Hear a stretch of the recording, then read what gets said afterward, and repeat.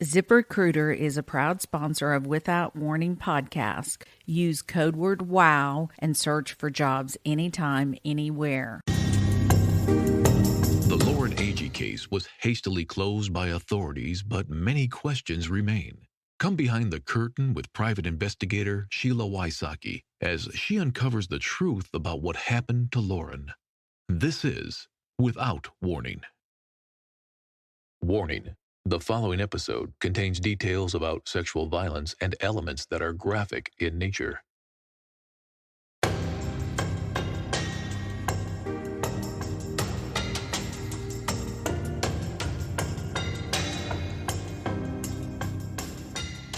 On the last episode, you suffered through terrible audio. The audio was done by Mike and Sherry Smith. Never in a million years did they think their audio or their recording of their daughter's autopsy would be on a podcast.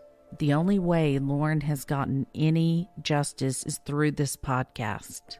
Imagine being the mother and father listening to the autopsy review. Yes, the audio was awful. It was so important for you to hear what they heard early on in the investigation. Mark Gillespie's review of the episode will be part of the Patreon Spy Level. On this week's episode, I am not playing what we originally planned. The audio that was turned over to me is being reviewed by attorneys. As soon as I have the green light, I will play it for you. I appreciate the tips and audio that's being turned over. On this week's episode, you're going to hear audio between Sherry Smith, Chris Yarchuck, Matthew Robinson, and myself. There are several things I want to say about Chris Yarchuck. Chris was the off-duty police officer from White County in charge of security at Wakefest. Listen to what Chris says about when he was taken up to the campsite, which way Aaron Lilly wanted to go, and which way Chris went. Chris is a police officer that you want showing up on a crime scene or an accident, or if you're in trouble. He is the best representation of a police officer. Chris Yarchuck is a hero. Chris is very uncomfortable with that label, but he should own it. He and Ryan Melanson are both heroes. Deputy Sheriff, White County, Tennessee, in the city of Sparta. And at the time of Wakefest, I was the lead police officer. Wakefest is a professional and amateur event that they hold on the lake where people come in to win prize money for wake surfing, riding wakeboards. How many people generally come to Wakefest? Well, every year it's gotten larger and larger.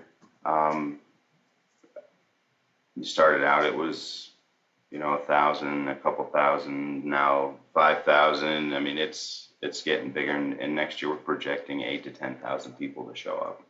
It's an event on the lake, and there's a bunch of sponsors there. Bud Light's there, obviously. Red Bull's there, so you have all the usual big event stuff. And being that it's on the water in the middle of summer and hot, you got the girls on the jet skis riding around in their bikinis. You got a bunch of private boaters coming in to watch the event, also in swimwear, men and women alike. So you'll get the European man swimsuit, you'll get the typical American bikini women's swimsuit. So the European male swimsuit is what? Wakefest is on Center Hill Lake on the southeast side of the city of Smithville, and it's put on by Pate's Marina, Fishlipz. Also, Middle Tennessee Motorsports. TNT, right? TNT Water Sports. There's a few big sponsors that can collaborate to put it on. Huge economic event for Smithville, absolutely. Mm-hmm. I was making my rounds, so I'd walk around the outside of Fishlipz, and she saw me and just come running up and told me her name, and I'm going to school and in criminal justice, and I want to be a cop, and I want to be a lawyer, and just going on and on about all kinds of stuff. Asked me a bunch of questions about being a police officer and if it's fun and what do you do. And obviously part of what I do, private duty, was how I came into contact with her. But life of the party, just outgoing. She acted like she didn't know a stranger, very bubbly, very personal, bright, excitable voice, just very intuitive. There were three of them sitting in the plastic Adirondack chairs, Aaron and Hannah, and then there was a little German Shepherd dog with them, and then Lauren. And I didn't even realize Christopher was with him until later on when he kept coming back over, because I'd seen him throughout the night talking to 2 or 3 different women, sitting in the windowsill, his hand on one, trying to dance with another, and he's just roaming around the whole place, just being a 20-whatever-year-old guy, I guess. They didn't really seem to have a lot of money. Earlier on, you really didn't see many of them with drinks there, but as the night progressed, you could tell they were under the influence of something. Mm-hmm. Yeah, I saw Lauren Saturday night several times at Fishlipz after the Wakefest event had ended and the nightlife started. Lauren did stand out. She was very bubbly, outgoing, excitable. She was out on the side of the restaurant on the dock portion where the boats pull up, just twirling around, dancing, jumping around, having fun to the music. Seeing Lauren and then seeing who she was with later, found out it was Hannah and Aaron. They really just kept to themselves. They just stayed close together. They weren't off wandering around.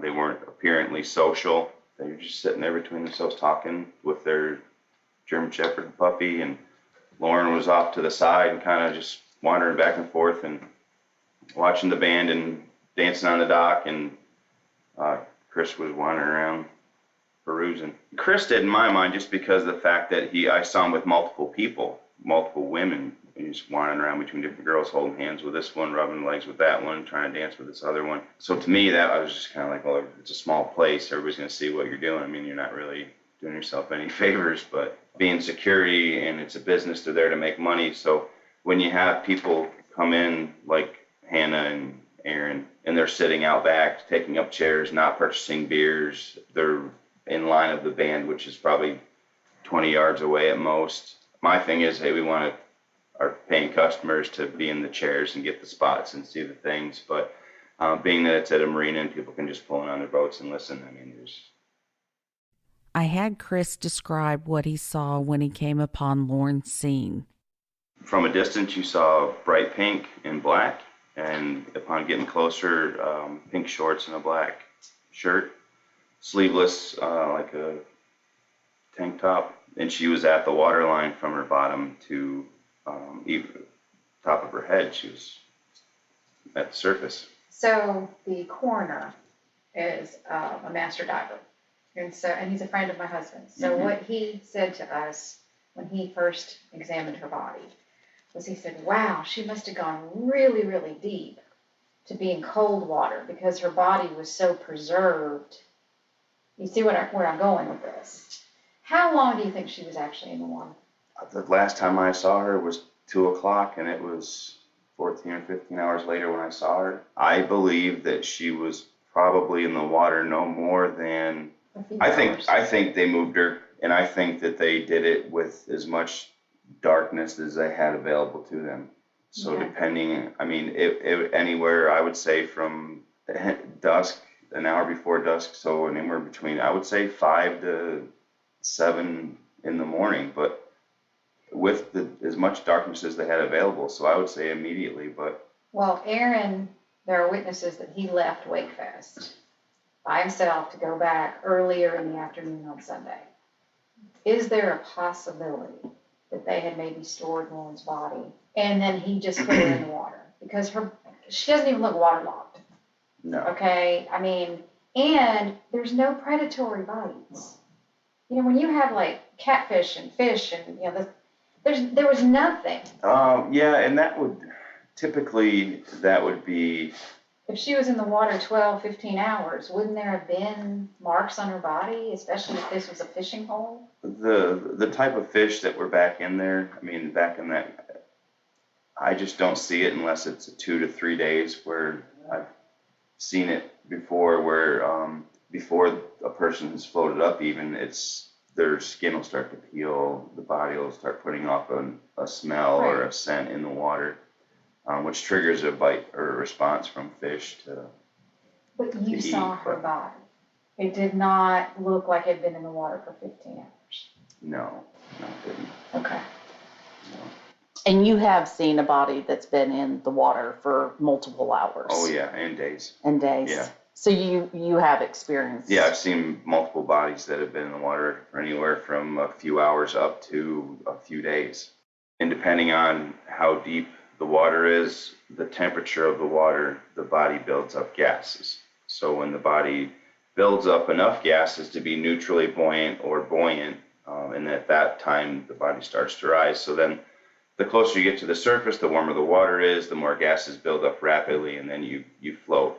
So a body back in that cove in anywhere from possibly 12 feet to 5 feet, where she was found at the shore, the water temperature may have been 78 to 83 degrees that day. You're not going to float, even if you have drowned. You're not going to float from your bottom to the top of your head. You're going to be shoulders and head floating. From a gas buildup buoyancy state, you're not going to be. I asked Chris if he felt the police acted too quickly on declaring this an accident. I absolutely believe with everything that I am that the police acted too quickly and assumed it was a simple accident. But in my experience in life and in the police department and as an active diver for 12 years, I knew right away the countless bodies I pull out of the water for families and departments and counties and cities that Lauren didn't drown. I asked Chris to talk about Aaron Lilly and what he remembered. Him and Christopher both were in the canoe behind the houseboats in line of the bodies. So as soon as we went around the corner, they started screaming and paddling. To me, that was number one red flag. Right, right. And yeah. So it was probably Aaron and Chris that went back early when we crossed. I honestly, I wouldn't.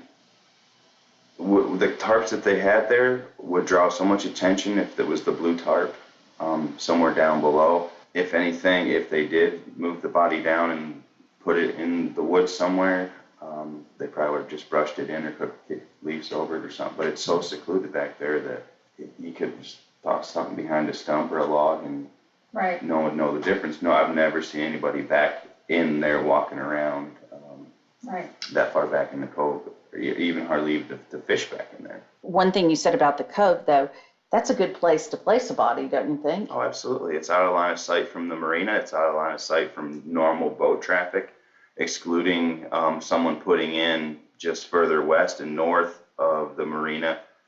There's a little boat ramp, and that's hardly ever used there. It's pretty steep, and it's a shallow launch, so you could lay something on the side of that bank, and no one would see it for weeks, probably. Unfortunately for them, Lynn and Dylan went fishing that day. But let me ask this question, and I'll get back to these in a second. So if you're on top of the cliff, mm-hmm. She had pink shorts on. Oh, yeah. Could you see pink from the top of the cliff? I didn't look down there when I went up to get Lauren's ID. Just forefront of my mind was get her ID, so that way when the local authorities get there, we would have all the stuff they need to immediately positively identify the body. And I hadn't even seen that we didn't roll or touch her or nothing, so I didn't know for 100% sure that it was her, was Lauren in the water at that point until TWRA got the okay to pull the body out. My question is this. Do they normally transport bodies after pulling them out of the water face down? No, and every body that I've recovered with TWRA, typically we, depending on where the body is and how far along it's decomposed, we mesh bag them at the bottom and then pull them up and then hand them off to TWRA, and then 2 or 3 of those guys will lift the bag up, it's meshed, the water drains out, leaving just the body, and it's always face up. So to that point, they used a hook, some big hook, to pull her. Did you see that? I literally do not think that any procedures were followed correctly involving this. I mean, it was almost like, to me, this is my impression, that it was set up from the very beginning to make this go away. So was it Jeremy Taylor who was the one who went up to with Aaron to the campsite? I went with Aaron to the campsite initially, and he tried to walk me to the tent. And I saw hammocks and chairs, so the first thing I came to was that little bluff section, So I walked up there first just to see. I don't know why I did. I just felt like I needed to be there. I went up there and looked, and I said, oh, well, there's Lauren's shoes, and well, there's her sweater. There's another chair with nothing and a hammock, nothing. Okay. So I walked down with the same shoes that Lauren had on then. I mean, the black with rhinestones on the flip-floppy things. So I'd walk down that bluff, walked across, and then up the other side to the tent where, well, that's where all her stuff was. Her purse was in there, and he went in there, knew where her purse was, got in her wallet, got her ID. If I'm going camping with a bunch of ladies and guys, I'm not going to know where all the girls' purses are and all their stuff is put. I wouldn't know that. That's not my... The pictures from the crime scene show her shoes, the purse, her keys all laid out underneath one of the hammocks. Over by the tent. Over by the tent. Moved. Yeah, it was moved. Yeah. Wow. I told them exactly where her stuff was. No one even processed that crime scene that I know of. When I went to Wake Fest that first year, Chris was the one who kept saying to me there were 2 crime scenes. And I had him show me on the computer the second crime scene. Before that, we didn't know there were 2 locations. Moved your shoes? The cops were up there then. Jeremy Taylor and the DeKalb County Police. But also Hannah, we have pictures of Hannah and Chris up there. I'm sorry, Hannah and Aaron. Yeah. Now, that's also violating. And then the second time they went up there, or when they went up there with the department, they were wearing life jackets in some pictures. Why were they wearing life jackets? I have no idea. If they had them on in the boats and then they just kept them on when they went up, I thought that was odd to me. But, okay, you're not supposed to let people around a crime scene because you can contaminate evidence, right? Yeah. Ryan told us it was never roped off. Is that correct? It was never. I didn't see any up there. So after I got the ID with Aaron, we went up to the tent, got the ID, went back down. Aaron and Chris were in a boat with Harry and Ryan. Mm-hmm.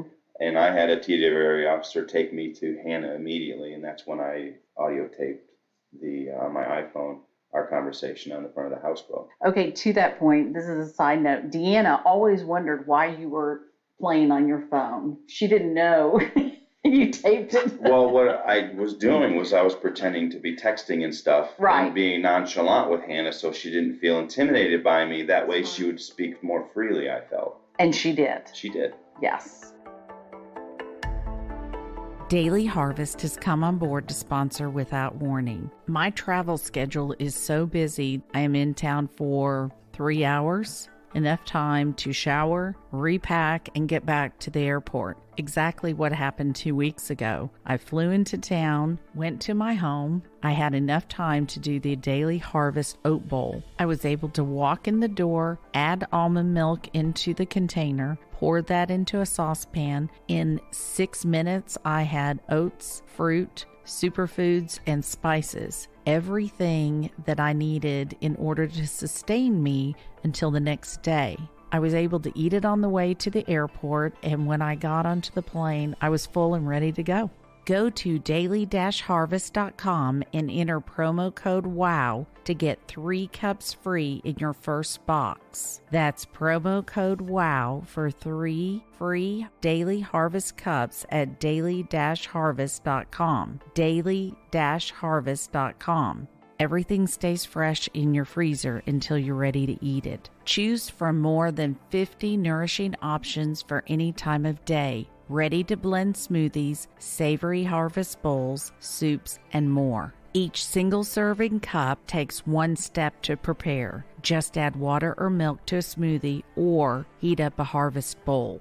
All of Daily Harvest ingredients are carefully sourced for maximum nourishment and flavor. You can actually see all of the ingredients when you open the cup.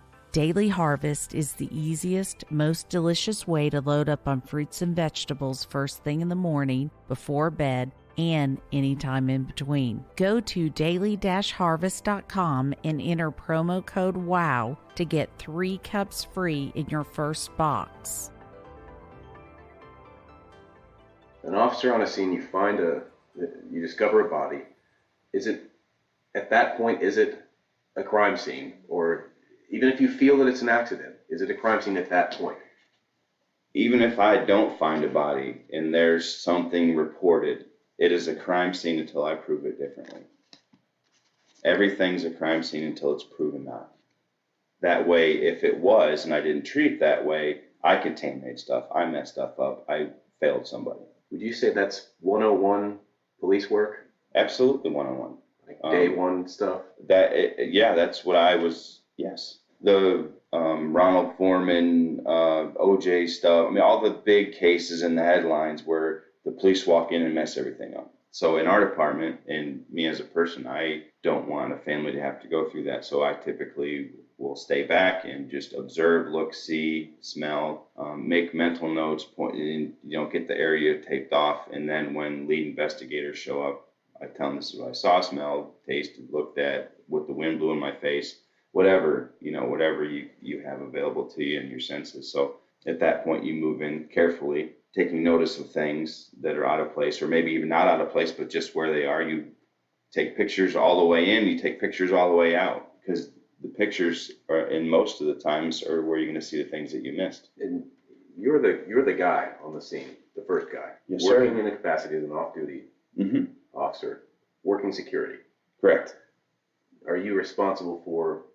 Do you have to do your job as a law enforcement officer when you come upon that stuff, even if you're off duty? Absolutely. In the state of Tennessee, if I'm off duty, if I'm out of jurisdiction, if I come upon something, I have to preserve it. I have the duty to act. If I don't, I then take my certification. But if I'm I swore that I would uphold and protect the law of the state of Tennessee, and the law of the state of Tennessee is north to south, east to west.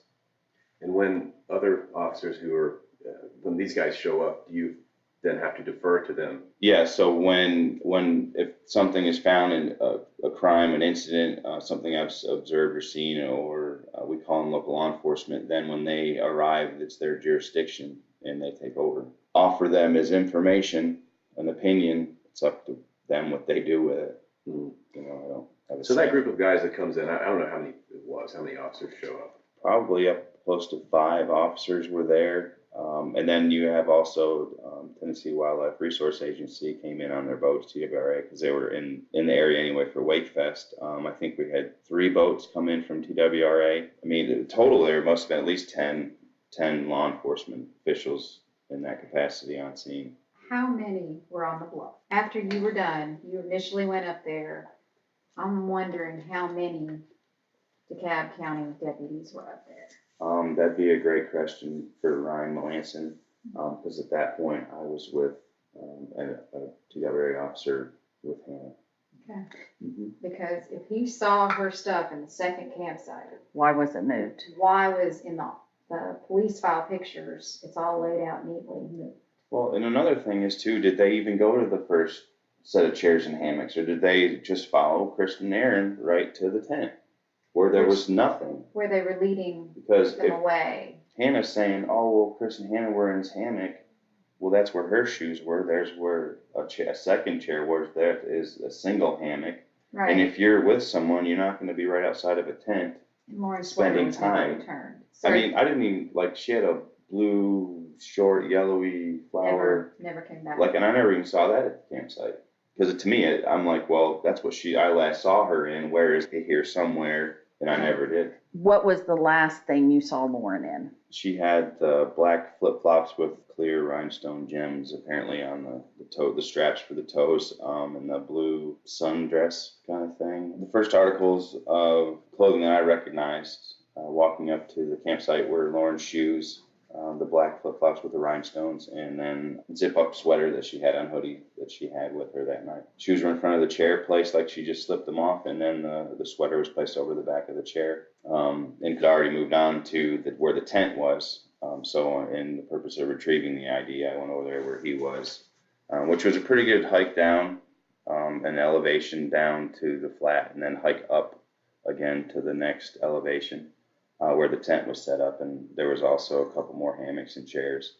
And he was in the tent at that time. He walked in, grabbed a purse between air mattresses, and got the wallet out and came out and handed me the ID. Was it Chris or Aaron? Aaron. Then later on, in a photograph, I noticed that all those items were in front of the tent on the ground, just kind of laid in order. They weren't where they initially were, or she had last left them. Lauren's shoes and sweater were moved over to the main campsite in front of the tent, and they were laid out on the ground. That's the picture they're using as this is what we found. It is. Well, if it is, they're damn liars.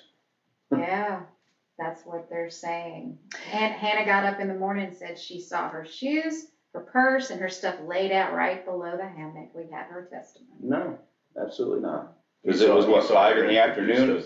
Aaron went in and got the purse out of the tent, and he tried to get me to go right to the tent, and I walked up and saw her shoes and coat on the back of that chair, by Chris's hammock area, where she told me in the recording that's where they were together. Now, this is before you talked to Hannah, correct? When you first went up there? Oh, yeah. Okay. Yeah, Hannah was AWOL. Aaron and Chris were in the back of holding on to a houseboat, looking back in the cove. So as soon as we went past, they just started paddling and yelling. So were you shocked that they declared this an accident? Yes, absolutely. I mean, with the amount of marks on the body, some would be consistent with a fall, but not with front, side, back, outside of arms, inside of arms, chest, neck in the front, neck in the back, top of the head. I mean, there's just too many injuries to obviously fall, and I believe the multiple injuries, the smaller lacerations, contusions, and obviously after the blood stopped moving, you're not going to have as many bruises. Most of the injuries came from her being drugged down the hill, in my opinion. I will never not believe that. What would be the reasoning for them not to do a thorough investigation? I have my theory. Inexperience, perhaps. Don't have the right people leading the investigation, not knowing what they're looking at. Is it a nuisance to have to do an investigation? No, to do an investigation, in my personal professional opinion, has never been a nuisance. Now, there are certain people that keep bugging you about stuff when it's not in the time frame, daily phone calls, daily emails. But then again, you have to take to heart that that's a concerned family member, a concerned friend, and people just want answers. So, and when you've done all you can do as law enforcement and turn stuff over to TBI for testing, or you turned it over waiting on fingerprint results, waiting on blood results, waiting on DNA results, you don't have answers. But if you never ask the questions to begin with, you're never going to have the right answers anyway. Were you ever questioned? I was not. Nobody ever approached you? Not after the initial day that we recovered the body, no. As a diver, as seeing these people together, as going the first one up there, this is what I'm feeling, this is what I'm thinking. Lauren had nothing to do with Chris all night. Wasn't around him, wasn't together. It stinks. There's none of it smells good. Listen to Chris's next statement. On the day they found Lauren's body, this is what he suggested. And I suggested the rape kit. I suggested DNA fingernails. You got to, like to the EMS, you got to preserve the fingernails. So you got to preserve whatever, if anything, you need to save that. You need to get the fingernails. But that's common knowledge. So, in saying those things, obviously you think that they already know that at the sheriff's department that takes over, and you think that they're going to do those things. Back to the treat it like a crime scene until it proved itself not to be. But that's how I was trained when I came in. I don't know who trained them or what their experience is with it and how many homicides or deaths or drownings or falls they've done. I don't know what their statistics are. To be clear, you have seen bodies that have fallen down cliffs and into water. Yes. Okay. With the kind of injuries you sustained from that kind of fall, is there any similarity to the kind of injuries you have if you, say, have a bad motorcycle wreck? Say you're tumbling down pavement. Is it similar at all? Only in the area that you've fallen down, but landing on asphalt, sliding down asphalt is a lot different than falling down and hitting at different heights, rock edges, logs, branches, moss, grass, sticks, whatever, just the ground is different. So you would have scrapes, you would have cuts, depending on what's in the road. If you went through the median and there was a brick or a tire, car parts from a wreck. But Lauren's injuries, repeated injuries to the back of the head, it's one thing to fall once and get a dent, but to fall repeatedly and have 4 or 5 dents in the same spot, I've never seen that. The cuts, on the back of her head. And in my professional opinion, what it seemed to me was that her head was smashed into the ground multiple times. times. Someone was on top of her. One of the moments that struck me was when I asked him about the investigation and he broke down. This is a police officer who's very healthy, very robust physically and morally. And when I asked him about the investigation and Lauren's death, it struck to his core and soul and made him break down. I did not stop the recording. I wanted you to hear what a true police officer is about. This is a man who cared so much about an investigation that years later, it still upsets him. And I want to compare that to Sheriff Patrick Ray and Jeremy Taylor, who was supposed to take care of her investigation. How was Lauren failed by investigators? Do you want me to give you tissue? I have toilet tissue. No, that's all I have here. I have long flush lashes. Oh. Flush lashes. Some that girls would kill for. So, Maybe. Yeah, I'd love them. You okay? I'm sorry. Yeah. Now, I want you to understand, we don't think by any stretch of the imagination that you failed in any capacity. No. You are not, Chris, when you're the hero and yeah, I don't want to you. my family anyway. Well, to a lot of people, I've said that over and over. And Chris said to me this morning, texted me, he'd rather not even have this happen. I'd rather not be a hero in a situation like this. So to me, I'd rather not even have happened. But we wouldn't be here today if it wasn't for you, Chris and Ryan. And thank God. They would have gotten away with sweeping this under the rug. Right. You don't have to answer it if you don't want to. I mean, there's a simple answer, but it's obvious to me and probably anybody that's heard anything about this case that law enforcement has failed Lauren thus far with justice. So it's coming. Yeah. It's coming. I firmly believe that we'll see it. I do too now with the recent happenings. I think that there'll be a lot less control, obviously, or no control. And I think that there'll be a lot of freedom there and people will feel safe to talk. So that's what I'm hoping for.